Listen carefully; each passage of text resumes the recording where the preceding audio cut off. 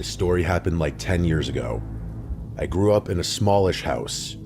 For the majority of my childhood, I shared a bedroom with my older brother, 2 twin beds on opposite sides of the room, 2 dressers and 2 closets. We didn't even have enough room for a desk. It wasn't cramped, but it wasn't exactly comfortable either. So when my brother went away to college, I immediately moved his bed out of the room and commandeered the space, so to speak. With his permission, of course. I was finally at the age where a bedroom desk was a necessity, so it was nice not having to do homework in the basement or upstairs in my dad's office. That arrangement worked seamlessly for the 2 years before I myself went off to college, at which point I wasn't living at home anymore, so it didn't matter. After graduating, my brother got a city job in our hometown area, so we ended up moving back into my parents' house. And the first thing he does? You guessed it, re-sees our bedroom that I had spent months of expended effort redesigning. I was a little irritated at first, but my parents contextualized it by saying I had basically done the same thing to him, so it was only fair.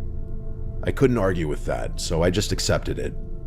By the time I graduated, I had also found a city job, so I opted to move back into my parents' house, just like my brother had. Unfortunately, I didn't have a room anymore, so I'd have to make other arrangements. The only other unused room in the house was our upstairs guest bedroom, so even though it was half the size of my old room, it would have to do the trick. The guest room was right next to my dad's office, which was the only other room on that floor. It was also directly above the garage, which meant every time someone clicked the garage door button, the whole floor would vibrate for the full 10 seconds it took the door to open. The room kind of overhangs the house slightly since it's on the corner, so there were 2 windows on intersecting walls, one overlooking the driveway and one overlooking one of the sides of the house. It wasn't ideal, but it was private and quiet most of the time. This particular incident happened on a Friday evening when I was home alone. My brother was in Baltimore for some work-related conference, and my parents were spending the night at our family shore house like they did most summer weekends. I was coming off an absolutely grueling day at work, so I decided not to go out with any of my friends or even leave the house.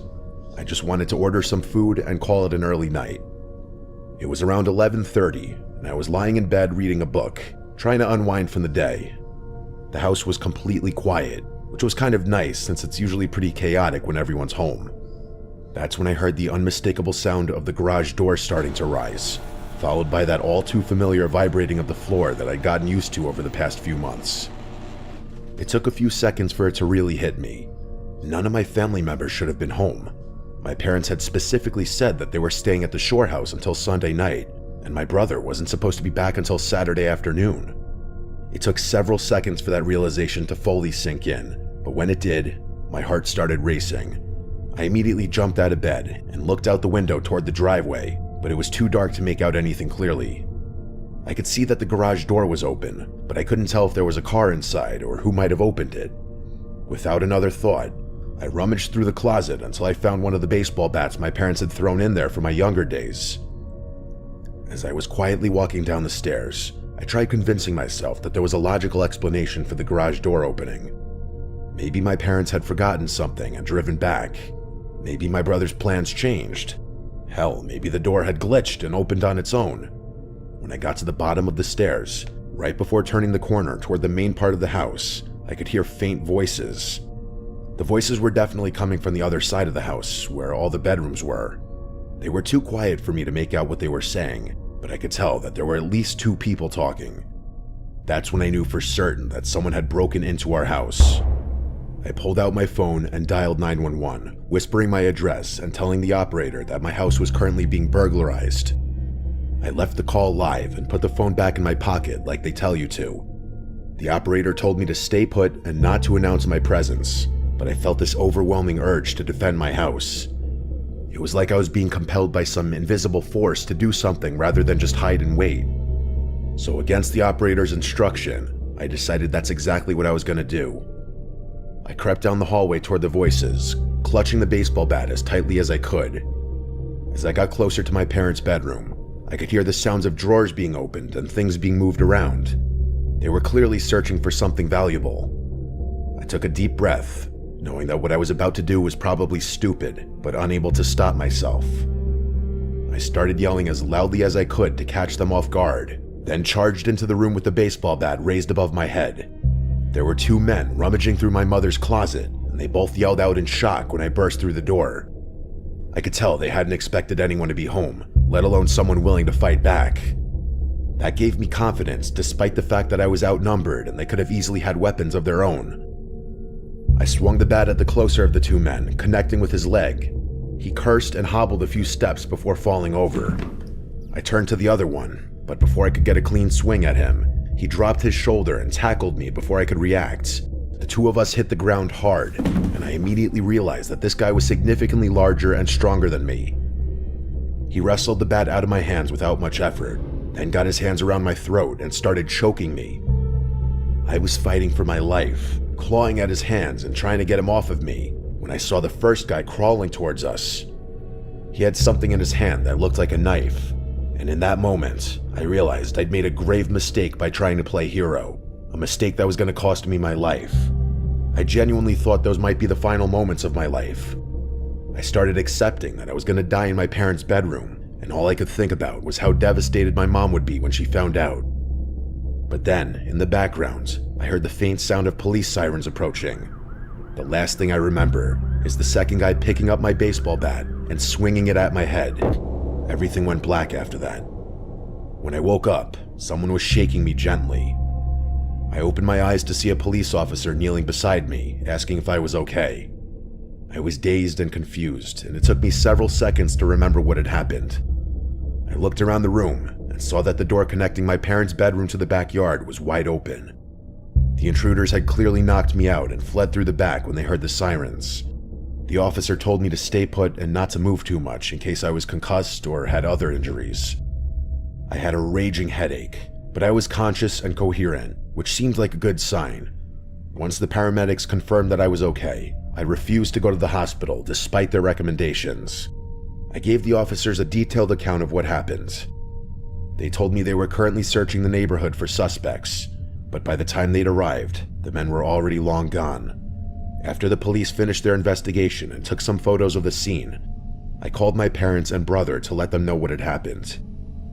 My parents yelled at me pretty harshly for being stupid enough to confront those guys, and I deserved it.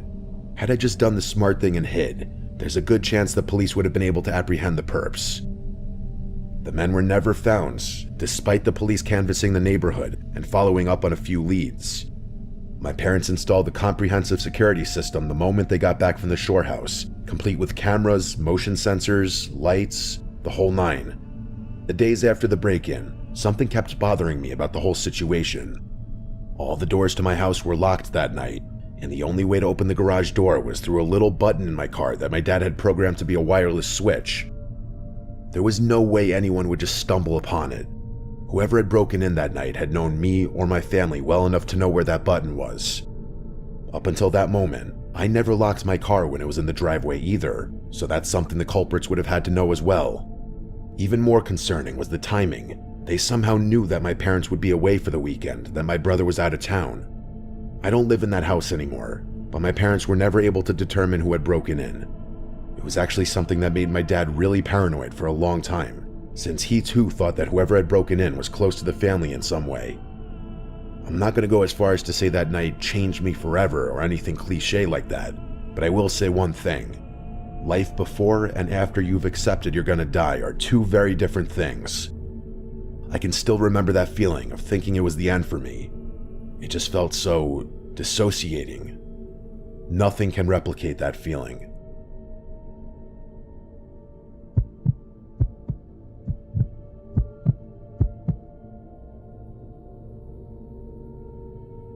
This happened about 6 months ago, and I'm still shaken up by how calculated and personal the whole thing was.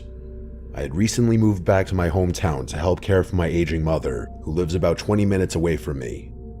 I found this small duplex that was perfect for my situation, close enough to get to her quickly if needed, but far enough that I still had my own space and independence. My mom has been having some health issues lately. Nothing life-threatening, but she's had a few minor falls around the house, and she's stubborn about accepting help. I'd been trying to convince her to get one of those medical alert systems, but she insists she doesn't need one and that I'm just being overprotective. It's been a constant source of stress for me, especially knowing that she's alone most of the time. On this particular evening, I was just settling in for the night. It was around 9 p.m., and I was on the couch watching TV when my phone rang. The caller ID showed a local number that I didn't recognize, but since I was still relatively new to the area, I figured it might be important and answered. The woman on the other end identified herself as a nurse at a local emergency room. She said my mother had been brought in about an hour ago after taking a fall and hitting her head. According to her, my mom was conscious but asking for me, and they wanted to know if I could get to the hospital quickly. I was horrified. This was exactly the kind of call I'd been dreading since moving back. I didn't doubt the legitimacy of the call for 1 second. The woman on the other end knew my mother's full name, her address, and even mentioned her recent hip replacement surgery from a few months ago. I immediately stopped what I was doing, trying to keep calm and level myself by saying a silent prayer. I didn't even think about locking up the house. I just grabbed my keys, pulled the front door shut behind me, and raced to my car. The drive to the hospital was a nightmare. I kept running through scenarios in my head, and only a few of them were remotely good. When I got to the ER, I rushed up to the reception desk and told them I was there for my mother. I gave them her name and said I'd received a call about her fall. The nurse looked confused and checked her computer, then told me there was no record of anyone by that name being admitted or treated that evening. I insisted there had to be some mistake, since I had just gotten a call from someone claiming to be a nurse there. The receptionist was sympathetic but firm. They had no record of my mother being brought in, and they suggested I try calling her directly to make sure she was okay. So that's what I did. I stepped outside and called my mom's landline, and she answered. She said she'd been sleeping and wanted to know why I was calling so late. I didn't want to scare her, so I just said I was checking up on her and told her to go back to bed. And that's when the heart-sinking realization hit me. This had been a setup. Someone had deliberately given me false information to get me out of my house. I jumped back in my car, furious that I'd been tricked so easily. When I pulled into my driveway, the front door was still closed just like I'd left it. For a moment, I thought maybe I was being paranoid and nothing had happened, but the moment I stepped inside, I knew I'd been robbed. The house had been completely ransacked. My TV was gone, along with my laptop and small jewelry collection I kept in my bedroom. But as I looked around more carefully, I realized the thieves had taken some really strange things too. Family photos had been removed from their frames. Not the frames themselves, just the actual photos. My prescription bottles from the bathroom medicine cabinet had been emptied and taken. It was insane. They had taken things that had relatively little monetary value, yet huge sentimental value to me. It was sadistic, I'm telling you. There's no reason a thief would ever take family photos. There just isn't. I called the police immediately, but I was already feeling defeated at that point. Deep down, I knew the thieves were long gone, and there was nothing I could do about it. I told the police everything. I remembered the phone call verbatim, and after hearing it, the police reached the same conclusion I had.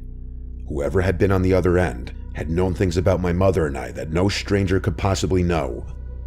For the life of me, I couldn't even come up with a list of people who would have that information, or even ways that someone could have gotten that information in the first place. The officers told me to feel free to call back whenever I had something concrete. Then they left. I was utterly baffled. Just imagine how unsettled you'd feel if some stranger knew enough about you to lure you out of your house.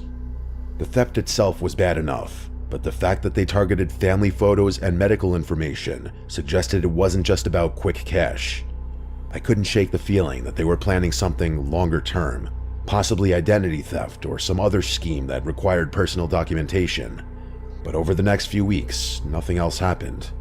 Even though my mother, quote, can't remember who she might have talked to about her personal info, I'm pretty confident that she's the source of the leak. She surprisingly has a lot of friends for a woman her age, and knowing her, she probably said too much to the wrong person. I've warned my mother about that very thing, and she's finally agreed to be more careful about who she gives personal information to, but I can't shake the feeling that we're still being watched by someone who knows way too much about our lives, and isn't finished with whatever they're planning. Either way, I recently got a Ring camera, so hopefully that's enough of a deterrent. If anything else happens, I'll send an update.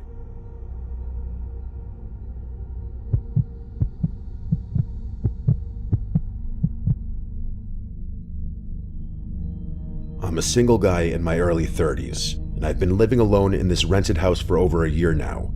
It's a nice little place in a quiet neighborhood, Nothing fancy, but it's comfortable and the rent is reasonable. I've gotten into a good routine here and really feel like I'd made it my home. The incident happened on a Thursday night around 11:30. I was getting ready for bed when I heard aggressive pounding on my front door. Not knocking, but actual pounding, like someone was trying to break it down. I looked out the window, but couldn't see much because of how poorly the porch light is positioned. Despite not being able to see who it was and the aggressiveness of the knocking, I'm a pretty buff guy, so I wasn't scared or anything, more so irritated and confused. I opened the front door, careful to keep the screen door shut as an added layer of protection. I'm not sure what I was expecting to see, but what I did see was surprising to say the least. There was this extremely agitated man standing there. He looked to be maybe a few years older than me. He was average height, had disheveled hair, and was wearing clothes that looked like they had been slept in multiple nights in a row. But what really caught my attention was how angry and unstable he seemed. His eyes were darting around, and he was breathing heavily like he'd been running or was having some kind of panic attack. He was also pacing around, like he couldn't keep his feet on the ground. Before I could even ask what he wanted, he started yelling that this was his house and demanding that I let him in. He said I was trespassing and that he was going to call the police if I didn't get out immediately. I thought he was either on drugs or having some kind of mental health crisis, or maybe a combination of the two. I tried to calm him down and explain that he had the wrong house, but he became even more agitated. That's when he started rattling off details about the house that made me freeze up.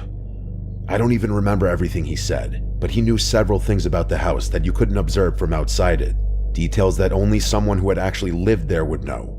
Like, for example, he knew that the door for the master bedroom is poorly designed and bangs into the toilet. He knew that the back door sticks and you have to lift it slightly while turning the doorknob. There was some other stuff too, but I really can't remember it all. I don't think I even said anything while he was talking. I was just standing there in shock, but that was only the beginning. It was about to get much, much weirder. Through the screen door, he pulled out a folder and started showing me documentation. He had what appeared to be a lease agreement with his name on it, dated from about 6 months before I'd moved in. He had pieces of mail addressed to him at this address. Everything looked official, though I suspected it had been forged somehow. But the most unsettling part was when he pulled out his phone and started showing me photos. They were literal pictures of him inside my house, sitting on my current couch watching TV, cooking in the kitchen, even lying down in what was now my bedroom. The photos looked recent and completely legitimate. They weren't obviously photoshopped or staged, and most of them weren't solo. They had other people in them, all of whom I'd never seen before. He showed me one photo that he claimed was from this past 4th of July, just a few months ago. It was a selfie taken by a woman I didn't recognize. In it, the woman, him, and a few other people were facing the camera and smiling at the kitchen table. There was a box of fireworks off to the side, and the detail and context of the picture made it look completely authentic. That's when I genuinely started questioning my own memory and sanity. How could this person have all this evidence if they never lived here? I started wondering if I somehow blocked out memories of sharing the house with someone, and if I was the one having some kind of psychological breakdown. It was freaky, especially since I knew for a fact that I had been home on the 4th of July, so the pictures made even less sense. The whole situation was so surreal that I told them I was going to call the police to sort everything out. Not even in an antagonistic way, I just didn't know what else to do. I figured they could check the records and determine what was going on. But the moment I mentioned calling the cops, the guy's demeanor changed completely. He suddenly became very calm and said he'd wait outside while I made the call. Then he just walked away from the door and disappeared into the darkness. I watched from the window, but I couldn't see where he went. When the police arrived about 10 minutes later, I explained the whole bizarre situation. They told me I should try reaching out to my landlord to get in contact with the previous tenants, and that I might get some answers that way. I had all the required documentation proving I was renting this house, but when I offered to show it to them, they waved it off. They said whoever had been on my doorstep was probably just going through a mental episode, and as long as they were gone, I should just carry on with my life. Then they left. I wasn't just going to sit there and be satisfied with that, though. Whether or not that guy had left still left the question of how in the world he had all that evidence. With my landlord's help, I was eventually able to get in contact with the previous tenants. I should mention that my landlord had no idea what had happened either, and said he didn't know anyone matching that guy's description and had never rented to anyone like that. But anyway, the old tenants also had no idea who I was talking about. They said they'd never lived with anyone matching his description, and they'd lived in the house alone for 3 years before moving out. They were just as confused as I was about how this stranger could have such detailed knowledge of the house and apparently legitimate photos of himself inside of it. For the next 2 weeks, I was constantly on edge, but nothing happened, and I started to think that maybe it had just been some elaborate scam that had failed. But of course, that turned out to be mostly wishful thinking. One night, I came home from a night on the town with my friends to find my house completely ransacked. It wasn't like a typical burglary where someone grabs obvious valuables and runs. The place was completely turned upside down, like someone had been looking for something specific. What that thing was, I had no idea. The craziest part is that most of my electronics and other valuable items were still there, despite the fact that the rooms they were in were completely trashed. The police found no signs of forced entry, which suggested that whoever did it had a copy of my key. Given the timing and connection to the strange incident 2 weeks earlier, it seemed obvious that the same person was responsible. The police took things more seriously after that, and so did my landlord. He replaced all the locks in the house immediately and free of charge, and also installed additional security measures. The going theory, and the one I believe, is that some crazy person really does believe he lives in my house and broke in to look for his personal belongings or something. And okay, sure, that's problematic enough on its own, but that does absolutely nothing to explain how he had all that documentation, let alone literal copies of my house key. I wish I had the sense to take a closer look at that so-called lease agreement he had shown me, because I might have been able to get his name. But in the moment, I just wasn't thinking clearly. The documents don't even bother me that much. All that stuff could have been easily forged or altered, including the alleged pieces of mail. What freaks me out to my core, though, are the pictures. I have no explanation for any of that stuff. It's possible they're really old pictures whose dates are doctored, but even if that's the case, it still doesn't explain how my landlord, who's owned that house his entire life, didn't recognize him. One of my friends suggested that I'm up against something not fully natural. I don't believe in that kind of stuff, but I will say that I've had this constant creepy feeling hanging over me whenever I'm in my own home, which is most of the time. I can't even begin to rationalize the whole thing. I just hope that's the end of it.